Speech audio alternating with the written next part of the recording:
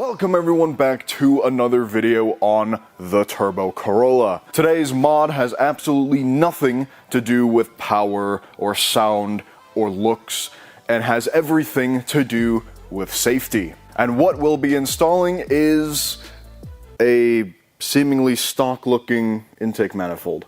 So I know it seems a little bit weird to be replacing my stock intake manifold with another stock intake manifold, but let me explain to you why this is happening. This intake manifold on the bottom is the original manifold that came with this car. It's nothing that fancy, it's made of plastic, and overall it does the job, I guess. But these manifolds do have a problem.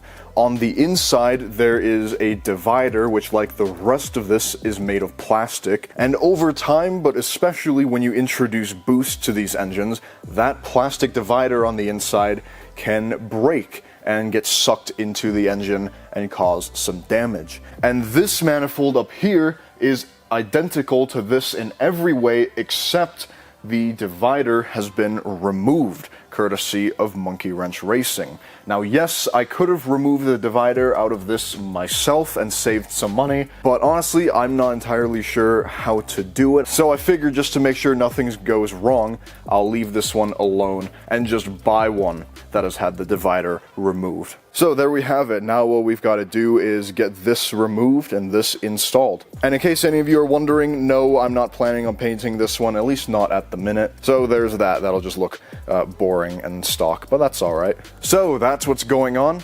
Let's get that intake manifold out of here.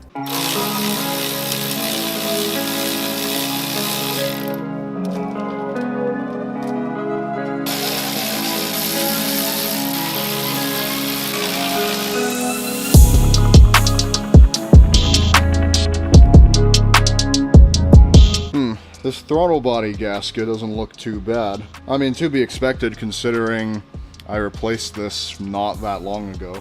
I mean, I don't have another one. I know it's easy to run to the parts store, but I think I'll try using it. If this gasket doesn't work well, I'll buy a new one, but it looks pretty good to me.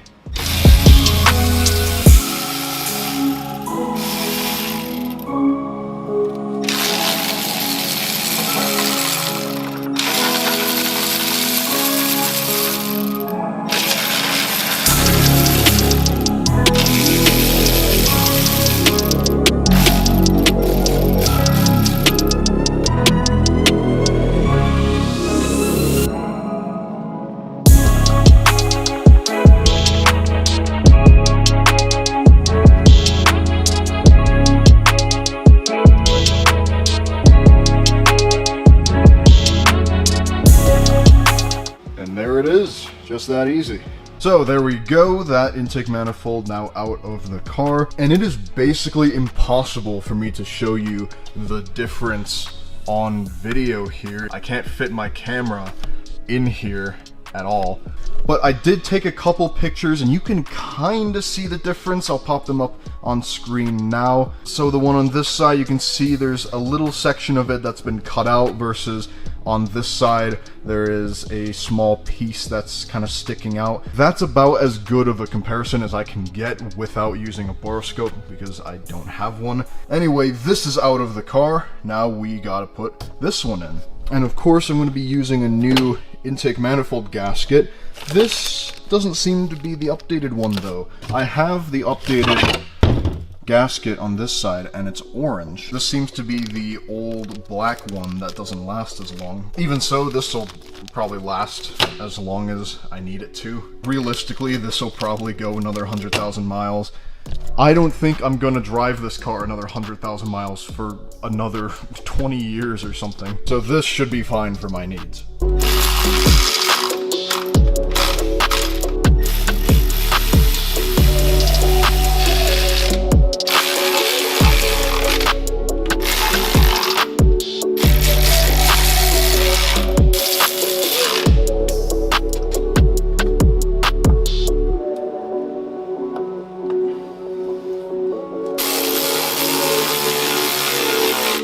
And there it is, the new dividerless intake manifold has been installed. I remember the first time I took out this intake manifold about 5 or 6 years ago. That time was because I was replacing the intake manifold gasket, and doing that whole job took, I don't know, 3-4 hours at the time, and then when I put everything back together, the car wouldn't run because I forgot to connect one of the vacuum lines. And then here we are about 5 years later, and I've done all of this in about half an hour, 40 minutes, and I've made sure that this vacuum line is connected, this vacuum line is connected, and the third vacuum line behind it is also connected. So yeah, that's what 5 years and a little bit of practice and a little bit more knowledge can do for you. Well, everything is here. Let me just give it a little start up just to make sure that it is running, that I didn't forget anything.